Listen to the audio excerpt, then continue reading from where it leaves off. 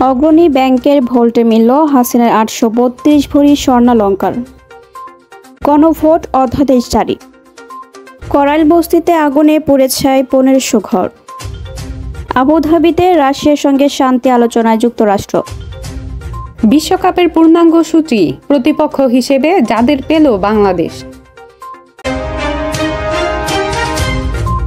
আসসালামু আলাইকুম। Bud news 24-এ আপনাদের সবাইকে স্বাগত জানাচ্ছি। আমি নাইমা আক্তার কেয়া। এতক্ষণ দেখছিলেন সংবাদ শিরোনাম, এখন দেখবেন বিস্তারিত।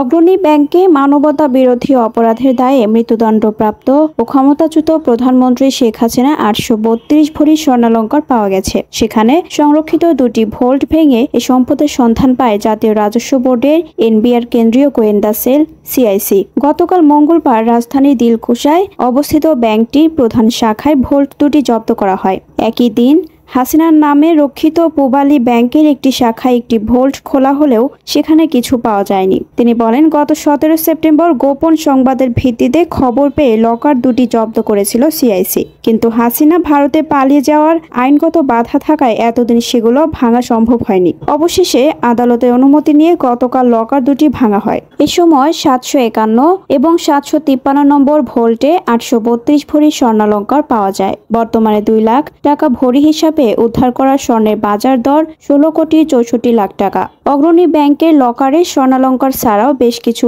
উপহার সামগ্রী পাওয়া গেছে বলে সূত্র জানিয়েছে। রাষ্ট্রীয় তোষাখানায় এসব উপহার সামগ্রী জমা না দিয়ে ব্যক্তিগত লকারে রাখা হয়েছিল। এতে আইনের লঙ্ঘন হওয়ায় হাসিনার বিরুদ্ধে আরেকটি মামলা হতে পারে বলে ওই কর্মকর্তা জানান। ১০ সেপ্টেম্বর রাজধানীর মতিঝিলে অবস্থিত সেনা কল্যাণ ভবনে পূবালী ব্যাংকের কর্পোরেট শাখায় শেখ হাসিনার নামে থাকা ১২৮ নম্বর লকার জব্দ করেছিল সিআইসি। তবে গতকাল ওই লকারে তেমন কিছু পাওয়া যায়নি। এনবিআর সূত্রে জানা গেছে, পূবালী ব্যাংকের ওই শাখায় শেখ হাসিনার দুটি ব্যাংক হিসাব পাওয়া গেছে। একটি হিসাবে ১২ লাখ টাকা এফডিআর আছে, আরেক হিসাবে ৪৪ লাখ টাকা পাওয়া গেছে। অপর একটি সূত্র জানায়, পূবালী ব্যাংকের ওই ভোল্টে কেবল একটি পাটের বস্তা পাওয়া গেছে। তবে এ তথ্যের সত্যতা দায়িত্বশীল কোনো কর্তৃপক্ষ থেকে নিশ্চিত করা হয়নি। উপদেষ্টা পরিষদের বৈঠকে অনুমোদনের পর গণভোট অধ্যাদেশ ২০২৫ জারি করেছেন রাষ্ট্রপতি। মঙ্গলবার রাতে আইন মন্ত্রণালয়ের লেজিসলেটিভ ও সংসদ বিষয়ক বিভাগ থেকে অধ্যাদেশের গেজেট জারি করা হয়েছে। এর আগে এদিন সকালে প্রধান উপদেষ্টা কার্যালয়ে অনুষ্ঠিত উপদেষ্টা পরিষদের বৈঠকে অধ্যাদেশের খসড়া অনুমোদন দেওয়া হয়।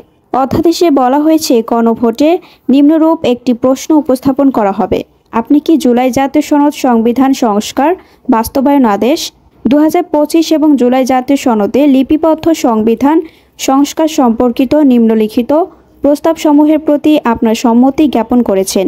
নির্বাচনকালীন তত্ত্বাবধায়ক সরকার, নির্বাচন কমিশন এবং অন্যান্য সাংবিধানিক প্রতিষ্ঠান জুলাই সনদে বর্ণিত প্রক্রিয়ার আলোকে গঠন করা হবে।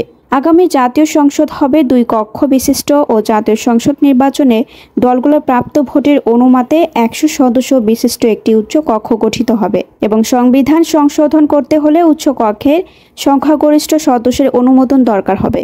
সংসদের নারী প্রতিনিধি বৃদ্ধি, বিরোধী দল থেকে ডেপুটি স্পিকার ও সংসদীয় কমিটির সভাপতি নির্বাচন, মৌলিক অধিকার, বিচার বিভাগের স্বাধীনতা, স্থানীয় সরকার, প্রধানমন্ত্রীর মেয়াদ, রাষ্ট্রপতির ক্ষমতা সহ তফসিলে বর্ণিত যে ৩০টি বিষয়ে জুলাই জাতীয় সনদে ঐকমত্য হয়েছে, সেগুলো বাস্তবায়নে আগামী সংসদ নির্বাচনে বিজয়ী রাজনৈতিক দলগুলো বাধ্য থাকবে।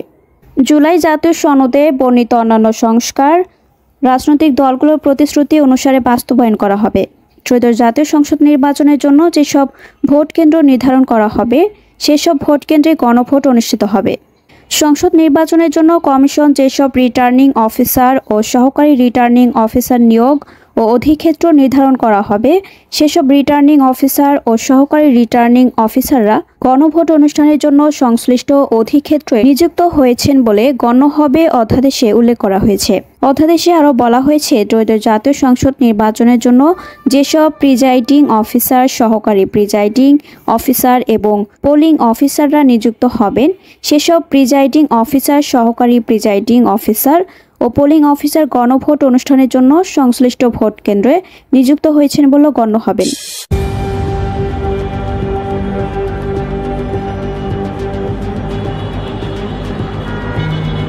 করাইল বস্তিতে আগুনে পুড়ে ছাই ১৫০০ ঘর।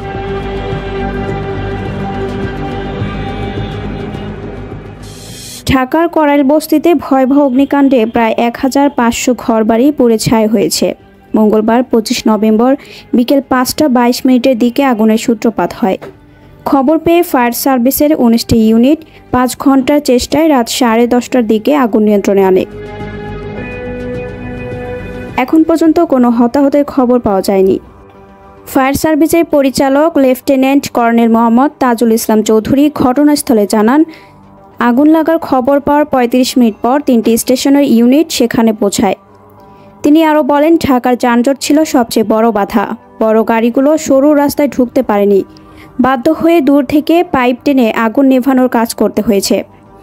ঘটনাস্থলে পৌঁছানোর আগেই আগুন ডেভেলপমেন্ট স্টেজে পৌঁছে যায়। যত্রতত্র বিদ্যুতের তার এবং বাসায় থাকা গ্যাস সিলিন্ডারের কারণে আগুন দ্রুত ছড়িয়ে পড়ে। তবে আগুনের উৎস তদন্তের পর নিশ্চিত হওয়া যাবে বলে জানান তিনি। ক্ষয়ক্ষতির হিসাব সম্পর্কে তিনি বলেন, কত টাকার সম্পদ নষ্ট হয়েছে তা তদন্ত শেষ হলে জানা যাবে। প্রতি বছরই করাইল বস্তিতে ফায়ার সার্ভিস মহড়া আয়োজন করে। কিছুদিন আগে সর্বশেষ মহড়া করা হয়েছিল, সেজন্য দ্রুত আগুন নিয়ন্ত্রণে আনা সম্ভব হয়েছে। না হলে আরও 2-3 ঘন্টা বেশি সময় লাগতে পারত। পানির স্বল্পতা প্রসঙ্গে তিনি বলেন, পর্যাপ্ত পানি পাওয়া গেছে। ফায়ার সার্ভিসের পানিবাহী গাড়ি, ওয়াসা এবং পাশের ড্রেনের পানি ব্যবহার করা হয়েছে। আবুধাবিতে রাশিয়ার সঙ্গে শান্তি আলোচনায় যুক্তরাষ্ট্র।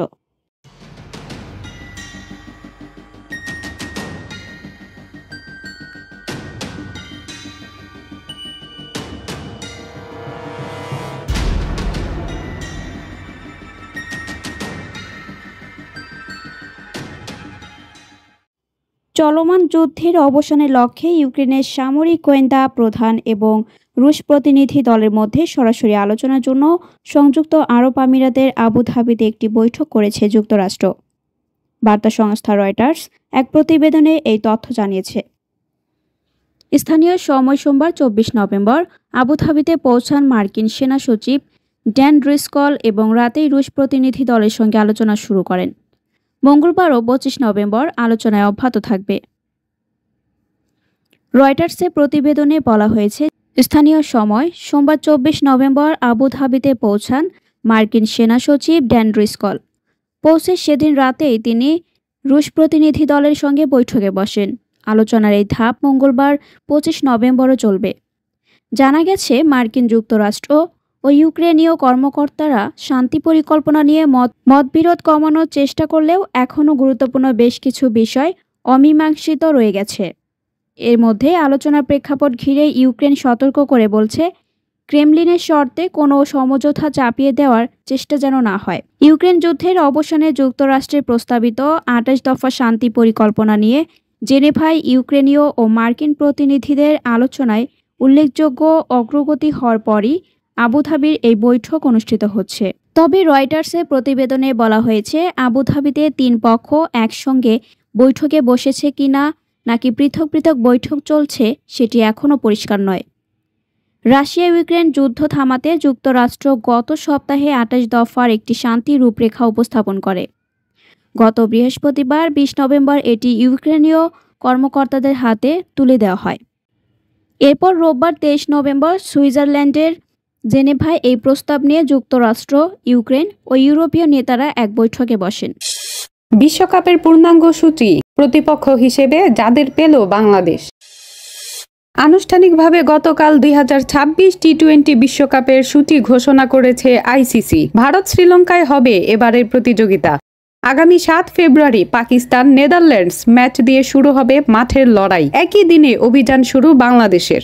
প্রায় 1 মাস ব্যাপী টুর্নামেন্টের ফাইনাল হবে 8 মার্চ, যেখানে 4 গ্রুপে ভাগ হয়ে খেলবে 20টি দল। সি গ্রুপে থাকা বাংলাদেশের প্রতিপক্ষ ইংল্যান্ড, ওয়েস্ট ইন্ডিজ, নেপাল ও ইতালি। গ্রুপ পর্বের 4 ম্যাচের 3টি কলকাতায় খেলবেন লিটন দাসরা। শুধু ইংল্যান্ডের বিপক্ষে ম্যাচটি মুম্বাইয়ে। টুর্নামেন্টের শুরুর দিন কলকাতায় বাংলাদেশ সময় বিকেল 3:30টায় উইন্ডিজ ম্যাচ দিয়ে বিশ্বকাপ শুরু লিটনদের। একই মাঠে পরের ম্যাচ 9 ফেব্রুয়ারি সকাল 11:30টায়। প্রতিপক্ষ প্রথমবার বিশ্বকাপে নাম লেখানো ইতালি। সিটি অব জয়ে তৃতীয় ম্যাচে বাংলাদেশের প্রতিপক্ষ নেপাল। 14 ফেব্রুয়ারি ম্যাচটি শুরু হবে বাংলাদেশ সময় বিকেল 3:30টায়। এরপর মুম্বাইয়ে যাবেন লিটনরা। সেখানে ইংলিশদের বিপক্ষে ম্যাচটি 14 ফেব্রুয়ারি সন্ধ্যা 7:30টায়। এতক্ষণ আমাদের সাথে থাকার জন্য আপনাদের সবাইকে ধন্যবাদ। পরবর্তী সংবাদ দেখার জন্য আমন্ত্রণ এবং সাবস্ক্রাইব করে বার্ড নিউজের পাশে থাকুন।